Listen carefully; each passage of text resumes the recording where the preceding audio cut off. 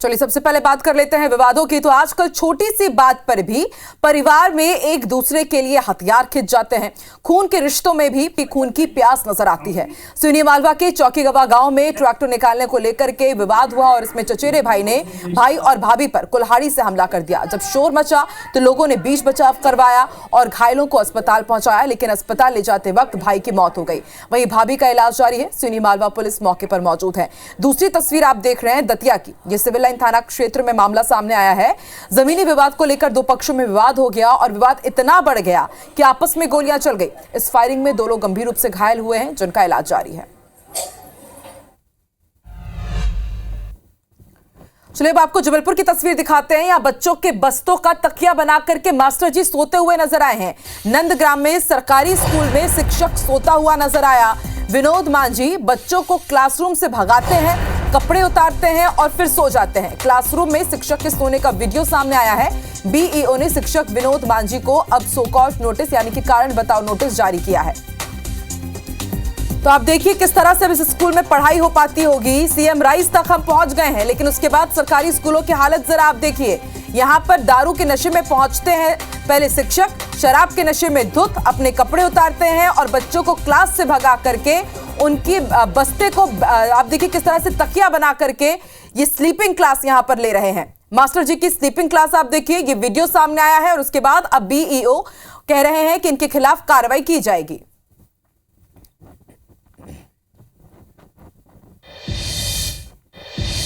एक पुरानी कहावत है, कहा जाता है कि अगर पुराना दोस्त दुश्मन बन जाए तो ये सबसे ज्यादा खतरनाक होता है। और बैतूल में ये कहावत हकीकत में बदली है। एक दोस्त ने अपने दोस्त को ही मौत की नींद सुला दिया। क्यों, इस रिपोर्ट में देखिए।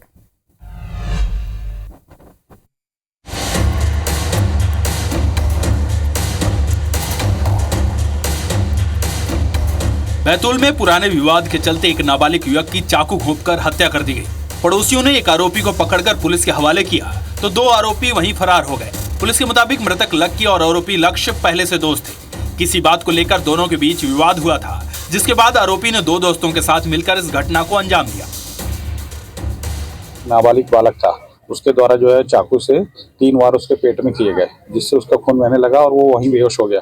फिर उसको अस्पताल लेकर आए तो अस्पताल में जो है डॉक्टर साहब ने उसको मृत घोषित कर दिया। एक आरोपी जो है तुरंत ही मोहल्ले वालों ने उसको पकड़ लिए थे हिरासत में लेके। उसके साथ थोड़ी मारपीट हुई है तो उसको भी अस्पताल में भर्ती रखा है, वो अभी पुलिस हिरासत में। बाकी 2 आरोपी और थे जिनको भी आज सुबह जो है राउंड अप कर लिया है, वो भी हिरासत में है। नाबालिग आरोपी लक्ष्य को पहले ही गिरफ्तार कर लिया गया था। वहीं सुबह राउंड अप के दौरान बाकी बचे 2 आरोपियों को भी गिरफ्तार कर लिया गया है। 21वीं सदी में सब कुछ बदल गया है, लेकिन नहीं बदली तो हमारी मानसिकता। आज भी इंसानों के भेष में कुछ घिनौने इंसान जी रहे हैं। उनमें से एक ने गुनाह में दरिंदगी की इंतहा पार कर दी। एक मासूम बच्ची को धोखे से जंगल ले गया और फिर वो हुआ जिसने इंसानियत के मुंह पर कालिख पोत दी।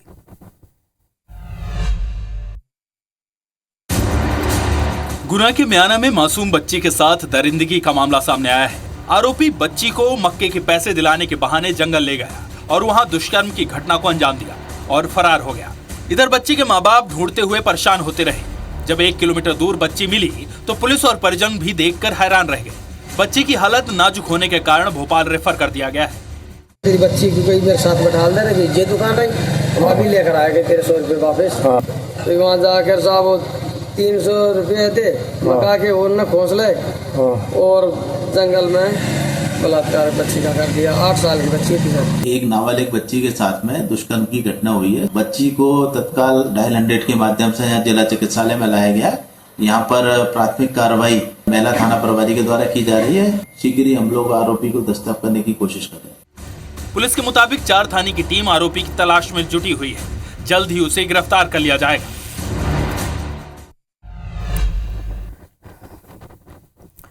इंदौर में पटाखे को लेकर हुए छतरीपुरा विवाद पर सियासी बयानबाजियों का सिलसिला थमने का नाम नहीं ले रहा है और अब इस पर पूर्व मंत्री और बीजेपी विधायक उषा ठाकुर के बयान के बाद कांग्रेस सरकार पर हमलावर है और उषा ठाकुर के बयान को मुस्लिमों से जोड़ रही। तो आखिर उषा ठाकुर को क्यों कहना पड़ा, हमें ना कोई छेड़े, हम हैं आंधी और तूफान, वीरों के वंशज हैं हम, रणधीरों की संतान। देखिए रिपोर्ट। इंदौर के छतरीपुरा में पटाखे फोड़ने को लेकर हुए विवाद के बाद बयानबाजियों का सिलसिला लगातार जारी है। पूर्व मंत्री और बीजेपी विधायक उषा ठाकुर ने जिहादी मानसिकता को लेकर तीखा हमला बोला है और धार्मिक स्वतंत्रता से जोड़ते हुए आरोपियों पर कार्रवाई की बात कही। साथ ही उन्होंने असली बमों से दुश्मनों को सबक सिखाने की बात की। साथियों, ये खेल खिलौने के पटाखे तो साधारण बात है। ये 2047 का स्वर्णिम भारत असली बमों को बनाकर दुश्मनों को सबक सिखाने का मादा रखता है। पूर्व मंत्री उषा ठाकुर के बयान को कांग्रेस ने मुसलमानों को टारगेट करने वाला बताया और राज्यपाल से कार्रवाई की मांग की है। वो अपने पद की गरिमा को तार तार कर रही हैं और सीधे चुनौती दे रही हैं भारतीय जनता पार्टी की जनप्रतिनिधि, इतनी बड़ी नेत्री कि वो इस देश में एक वर्ग विशेष को बम फोड़कर क्या हाल करेंगी। कार्रवाई होनी चाहिए। पटाखे से शुरू हुए विवाद में हिंदू मुस्लिम एंगल की एंट्री ने मध्य प्रदेश के सियासी पारे को बढ़ा दिया है। बुधवार को इंदौर पहुंचे सीएम डॉक्टर मोहन यादव ने भी कुछ इसी तरह का बयान दिया था, आपको याद ही होगा। उन्होंने कहा था कि हिंदू कभी किसी को छेड़ता नहीं है, लेकिन हिंदुओं को कोई छेड़े तो अब छोड़ेंगे भी नहीं। वहीं कैबिनेट मंत्री कैलाश विजयवर्गीय ने मंगलवार को कहा था कि अशांति फैलाने वालों को उल्टा लटका कर घुमाऊंगा। दोनों बयान आप भी सुनिए।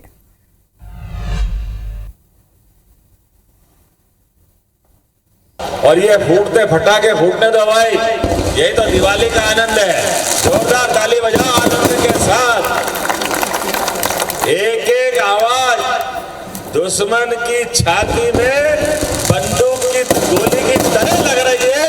ये आनंद हमारा है। ये हिंदू संस्कृति है, ये सनातन संस्कृति है, भगवान राम और कृष्ण की संस्कृति है। बाबा महाकाल का आशीर्वाद है। हमने कभी किसी को दबाया नहीं, हमने कभी किसी को डराया नहीं, लेकिन कोई डराए हमको ये कभी मंजूर भी नहीं है दुनिया में। हिंदू किसी को छेड़ेगा नहीं, लेकिन हिंदुओं को कोई छेड़े तो फिर किसी को छोड़ेंगे भी नहीं। ये वर्तमान के समय में सनातन संस्कृति का अपना मूल स्वभाव है। जियो और जीने दो। मैं अभी देख रहा हूँ प्रशासन काफ़ी सक्रिय है और प्रशासन कार्रवाई करेगा, और यदि इसमें सही चेहरे आइडेंटिफाई नहीं हुए तो फिर मैं भी देखूँगा कि इंदौर में कौन अशांति फैलाता है। मेरे हाथ लग गए ना तो उल्टा लटका के शहर में घूमूंगा। इस शहर में कोई अशांति नहीं फैला सकता। इस शहर के लिए हम कुछ भी कर सकते हैं। विजयपुर और बुधनी में होने वाले उपचुनाव को लेकर कांग्रेस और बीजेपी दोनों मैदान में हैं। एक तरफ जहां सीएम डॉक्टर मोहन यादव चुनाव में डटे हुए हैं, तो दूसरी ओर केंद्रीय कृषि मंत्री शिवराज सिंह चौहान ने भी अब कमान संभाल ली है।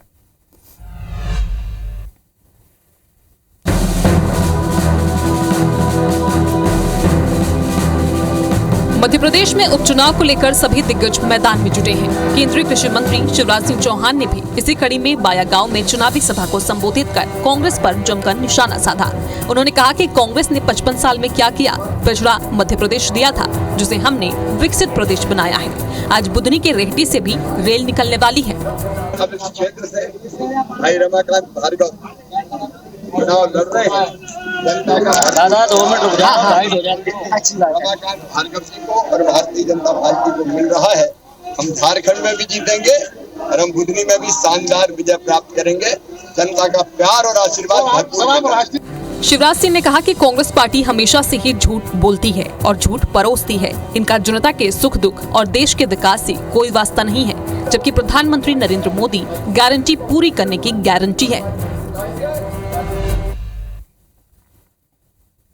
भ्रष्टाचार ये एक ऐसी बीमारी है जो शायद ही कभी खत्म हो। सियासतदान चुनाव के वक्त कितनी भी सफाई दे, सत्ता में आने के बाद पैसों की भूख बढ़ ही जाती है। लेकिन जब कमीशनखोरी के चक्कर में नेता आपस में भिड़ जाएं, तब होता है इसका खुलासा।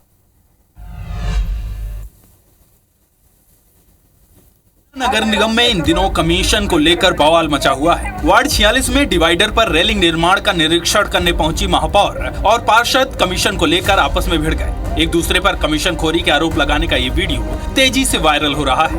जो जांच करने का जो अमला है सिर्फ कमीशन के लिए घूम रहा है। इनको कमीशन चाहिए, कमीशन मोटा कमीशन चाहिए, 5% कर दिया है। यहाँ तो सिर्फ कमीशन की लड़ाई है साहब, द्वंद्व वाली बात नहीं है। महापौर है, हमारी महापौर की हम आलोचना नहीं कर रहे।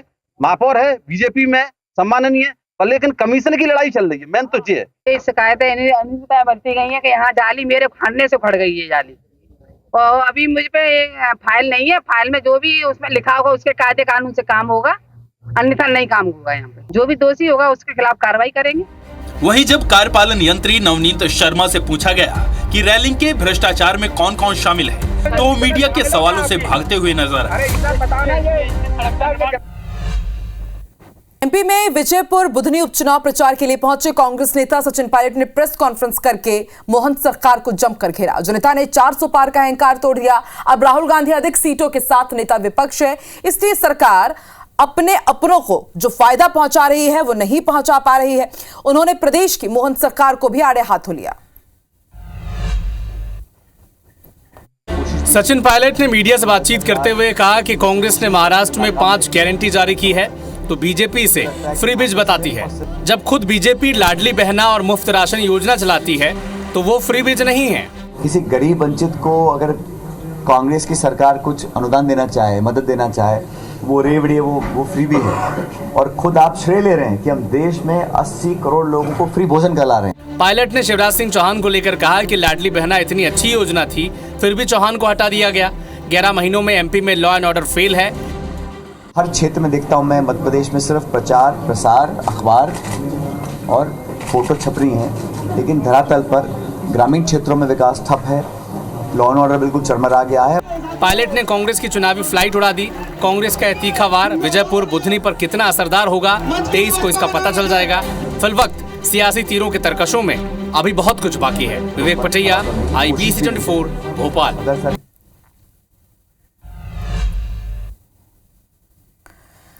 तो यहां पर सचिन पायलट ने कई तीखे निशाने साधे हैं और उनके इसी तरह के एक बयान, पढ़ेंगे बढ़ेंगे बयान पर मोहन सरकार के मंत्री इंदल सिंह कंसाना ने पलटवार किया। उन्होंने कहा कि कांग्रेस दिशा विहीन हो गई है, कोई काटेगा नहीं, कोई घटेगा नहीं, बीजेपी तेजी से आगे बढ़ रही है। उन्होंने कहा कि मध्य प्रदेश में उपचुनाव के नतीजे बेहद चौंकाने वाले आएंगे।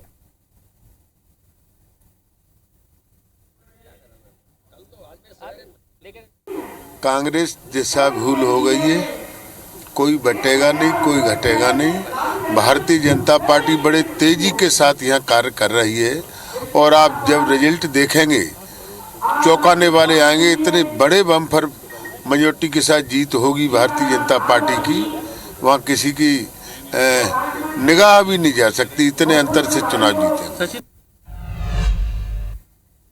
एमपीपीएससी साल 2022 के अभ्यर्थियों का इंतजार अब खत्म हो चुका है। एमपीपीएससी ने राज्य सेवा साल 2022 के इंटरव्यूज के तारीखों का ऐलान कर दिया है। 11 नवंबर से राज्य सेवा साल 2022 के साक्षात्कार के लिए अभ्यर्थियों को आयोग पहुंचना होगा। 475 पदों में भर्ती के लिए 1551 उम्मीदवारों को इंटरव्यू के लिए बुलाया गया है। आपको बता दें, साल 2022 मुख्य परीक्षा के नतीजे जून में घोषित कर दिए गए थे, जिसके बाद अभ्यर्थियों को तारीखों के ऐलान होने का बेसब्री से इंतजार था।